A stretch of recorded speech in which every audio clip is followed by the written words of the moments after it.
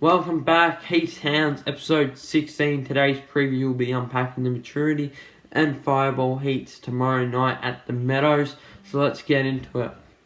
Race 1's a pretty even field, and you got Arizona Rise for box 1, who I think he needs a clear run, which he probably won't get due to Black Robin being in box 2. Black Robin will look to cut across and get on the rail early and just sit in front of Arizona Rise, so he'll need to go around the hard way if he's going to win this. With plenty of early speed in this race, I've looked at box 5 Dynamite Mist. I thought he was pretty good last week, running 5:07 to the first mark and almost broke 30 seconds and never looked to tire in his heat. So for this race, I'm going with box 5 Dynamite Mist in race 1. Race 2, I'm going with Zipping Rambo from box 7. This is his race to lose. There's not a whole lot that can challenge him. Maybe Webler Hayes or I'm Easy Boys. But even then, they're going to have a real task on their hands. So for this race, I'm going with Zipping Rambo. I just think he's going to be proved too good, too classy for all the others. So race 2, box 7, Zipping Rambo. Race 3, I'm going with 5-star. I know he struggled in Queensland with the travel and the different kennels, but returning home, he should look to get back to his best.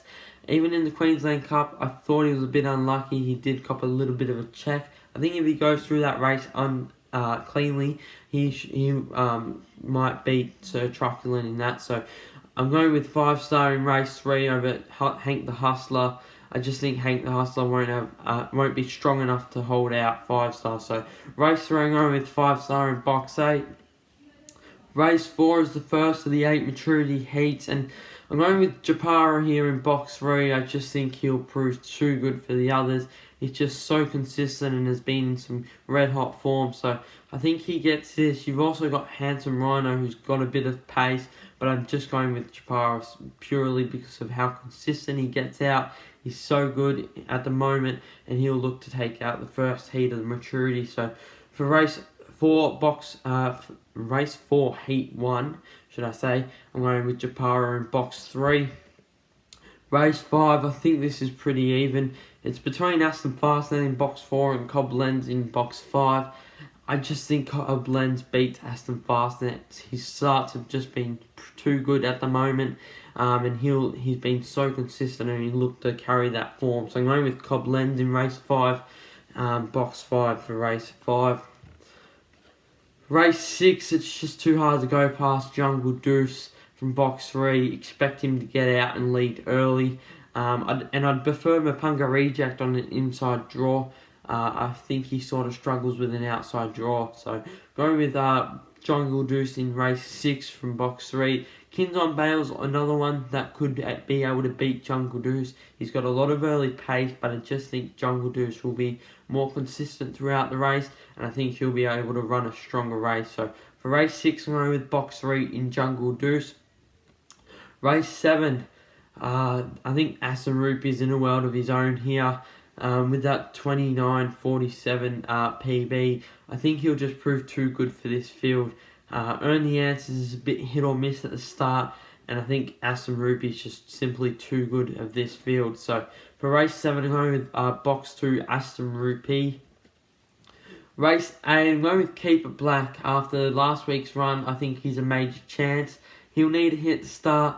Cryo Bale's been struggling recently and hasn't had the best of luck. And Lala Kiwi is the only thing that separates Lala Kiwi and Keep It Black is the box draw. There's not much in it. Lala Kiwi box 4, Keep It Black box 3. I just think she's not leading going into the first turn. So I'm going with Keep It Black in box 3 for race 8. Race 9, I'm going with box 1 Aston Lavinia. Has good early pace here, and likes to be leading races early. So if she can lead early, I just think she'll take full advantage. Gypsy Wyong, I think, just won't be able to be strong enough to rein in Aston Lavinia. And Jarek Bale will be a threat. I just think he'll need a bit of luck in box 8, and he won't start the best. So I think he'll need a lot of luck early if he's going to beat Aston Lavinia. So race 9, box 1 for me in Aston Lavinia.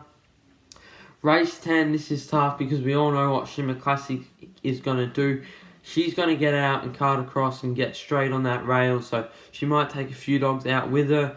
And with that in mind, I'm going with box 8, Aston Roan, who has good early speed, has good PB, and can run out a strong race. I think if Shimmer Classic can just clear the way for him, he'll be able to run a clean race and just run away with this one. So with Shimmer Classic carting across, I'm going with Aston Roan in box 8 for race 10. Race 11, I'm going with Do It from box 1. I just think he's better than Mr. Fix-It at the moment. They've both got a lot of pace in them. I just think Mr. Fix-It struggled recently, where Do It looks to be going to another level. So for race 10, I'm going with box 1. Race 11, should I say. I'm going with box 1 in Do It.